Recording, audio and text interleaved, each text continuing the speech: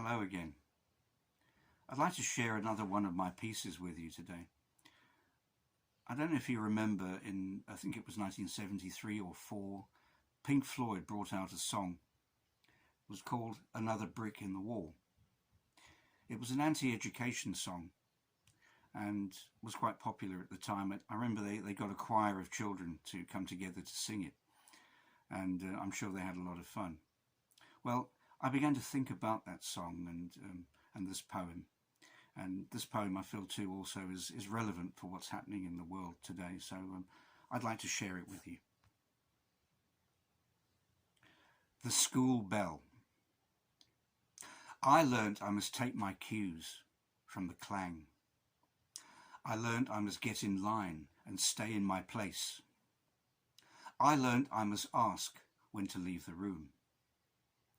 I learnt I must ask where to sit in another.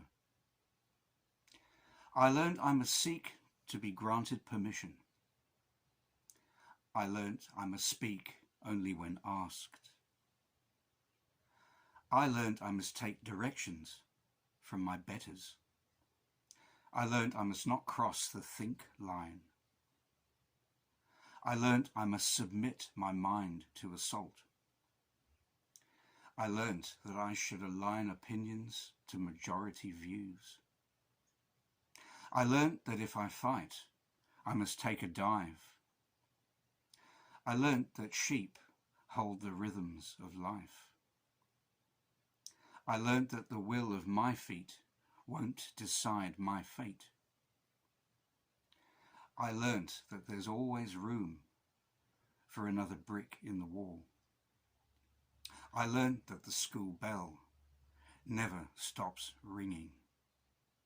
Now, I've deliberately left out the last line of that poem, and there's a reason for that I'll come to a little bit later on. But I'd like to bring something to your attention. It's been circulating around the internet recently. It's a document that comes from the globalist Rockefeller Foundation. I don't know if you've ever researched that at all, but it's a big think tank, like many of them, and it's funded with millions of dollars. And they come up with all sorts of things, and this is a scenario. And it was written in 2010. It's called Scenarios for the Future of Technology and International Development. And it scenarios a pandemic. The pandemic that it scenarios is a lot worse than the one we're going through. This one that we're going through has only killed about 300,000, which is bad, of course.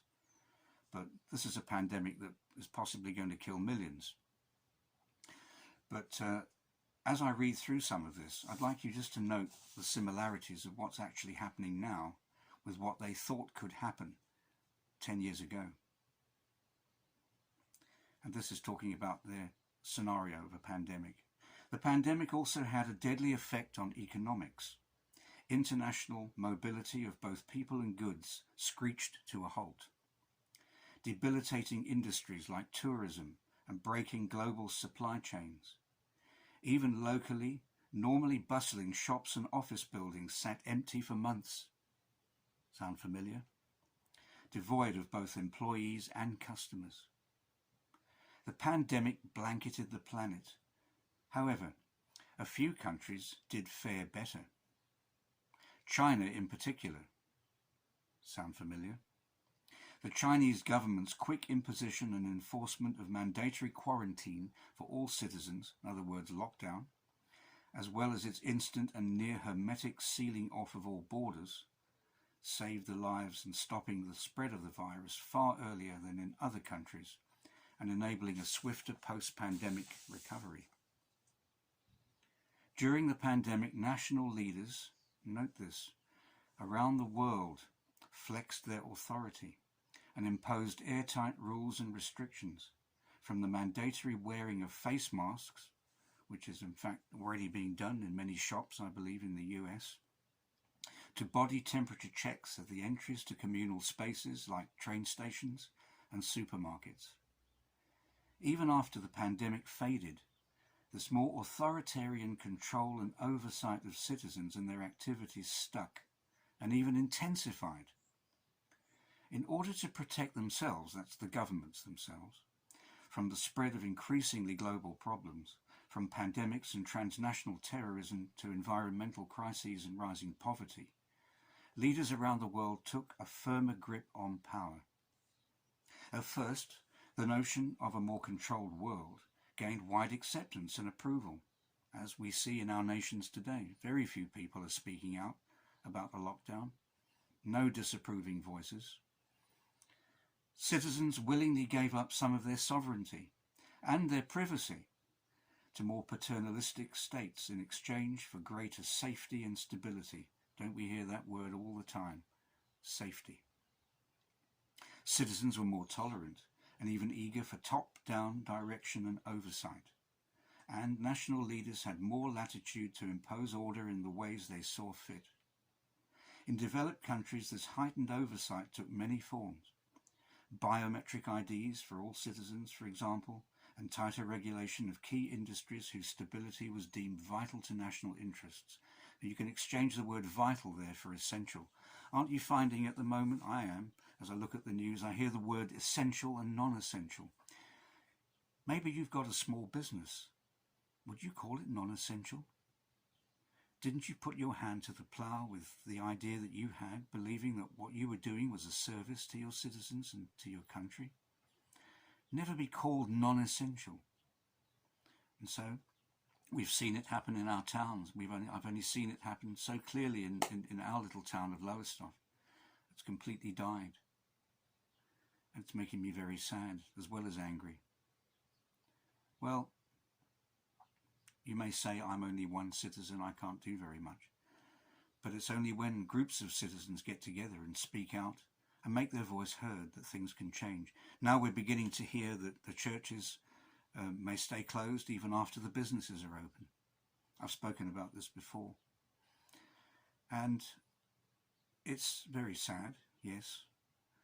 And I do believe that we do need to say something about this to our nation, to our national leaders.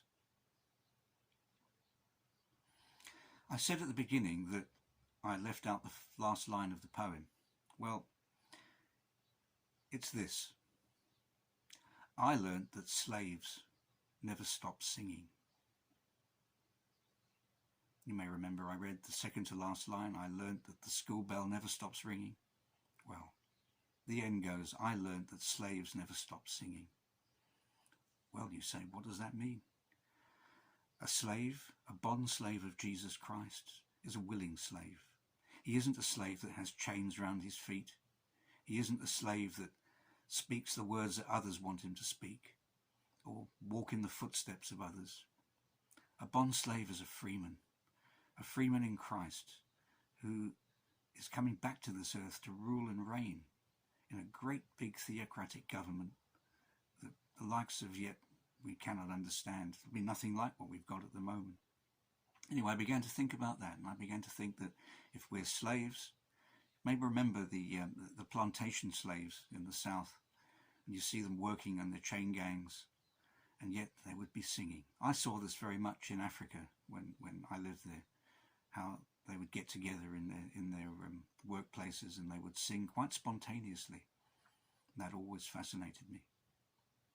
And so, even amongst all the doom and gloom that we've just read, even though I've just read to you this document, which is quite fascinating, that it's just popped up now on the internet. But for me, the important thing is that our hope is in Christ.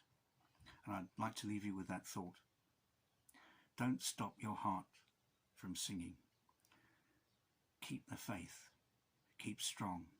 But be aware of what's going on around you in the world. Take note.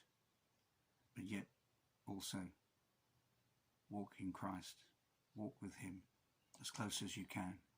Those of you that know him. Those of you that don't know him, that may come across this video, I can only urge you to look around you at the world you see and say to yourself, is this all there is? I'm sure there are many people that sitting in their homes over this lockdown period becoming more and more depressed. And I'm sure that we're going to start to see figures coming out of people being isolated, depressed, anxious, people that perhaps haven't gone to the hospitals to have their treatments. It's already predicted in the mainstream media that thousands will die, probably more people than the virus itself. So I would say to you today, consider your position, consider where you are, and know that there is a God out there that loves you and cares about you. And we need to just keep seeking his face more than ever before. I'll speak to you again soon. If you like my channel, please subscribe. If you'd like to comment, positive or negative, I'm open to anything. I just feel dialogue is important. Please don't just give me a thumbs up. I'd like to hear from you. Thank you.